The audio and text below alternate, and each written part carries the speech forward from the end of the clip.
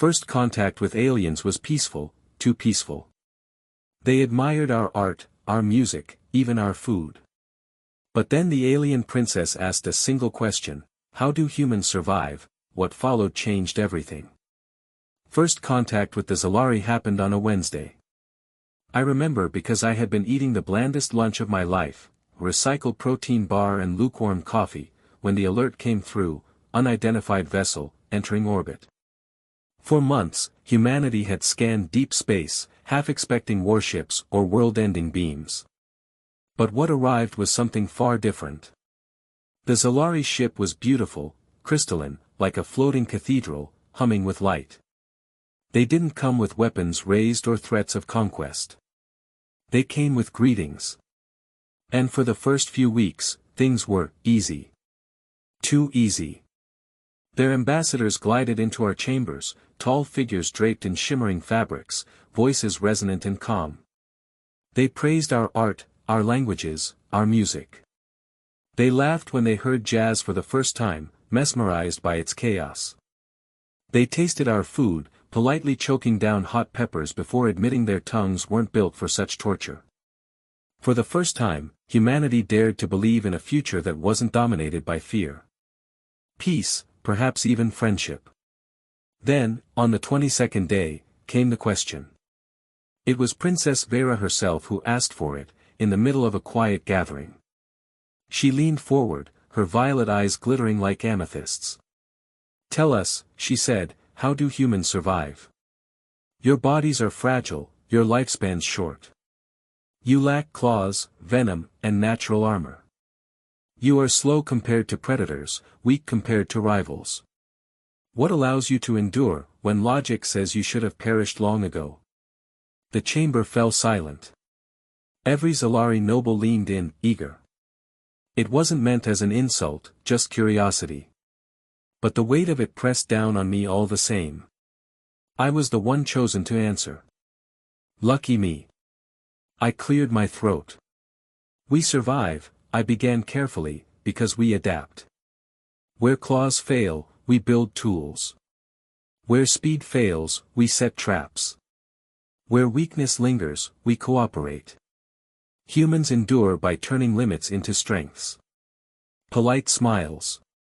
Nods. But Vera tilted her head. Tools and traps are clever. Cooperation is noble. But these are strategies, not essence. We wish to know, what drives you? What fire sustains your kind? And then I realized, they weren't asking how we hunted or how we farmed. They were asking why we hadn't given up. So I tried again.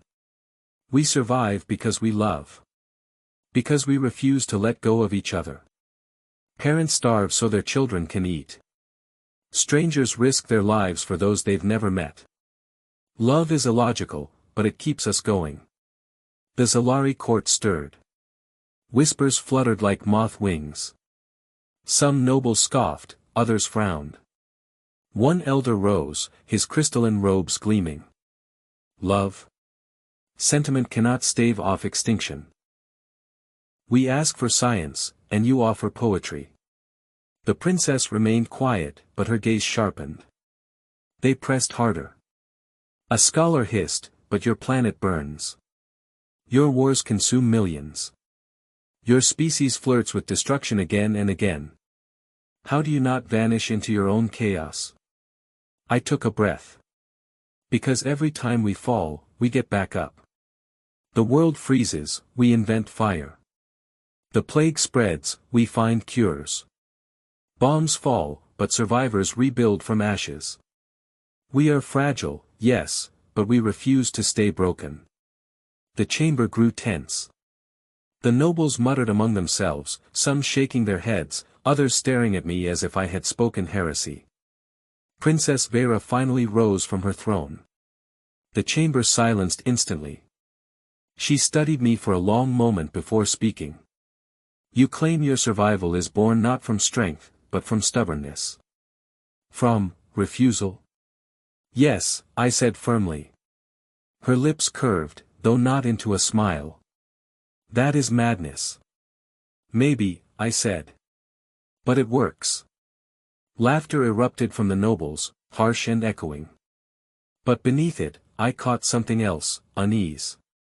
So I gave them an image they couldn't ignore. On my world, I said, voice steady, there is a mountain called Everest. It is deathly cold, air too thin to breathe, storms that can rip men apart. And yet humans climb it. Not for food, not for safety, not for survival. For the challenge. For the story. For the chance to stand at the top and whisper, I made it. The chamber stilled. We do not survive because life is easy, I continued.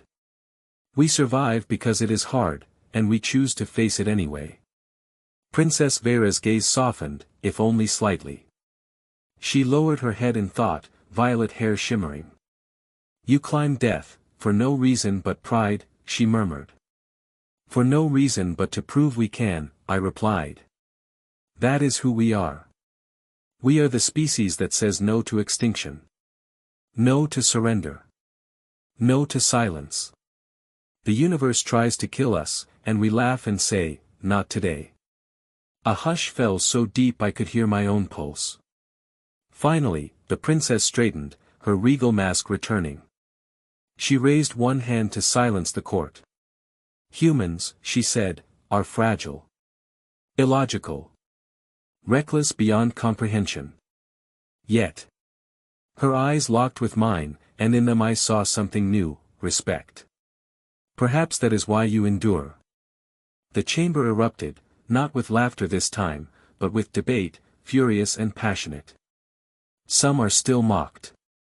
Others nodded, grudgingly impressed. But no one dismissed me anymore.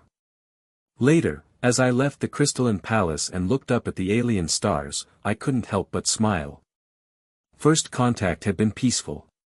Polite. Civilized. But peace was easy.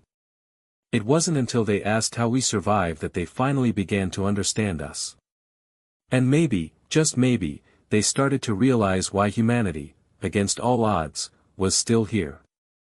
We're not the strongest. Not the fastest. Not the most advanced. But we're the ones who refuse to quit. And sometimes, that's all survival really is.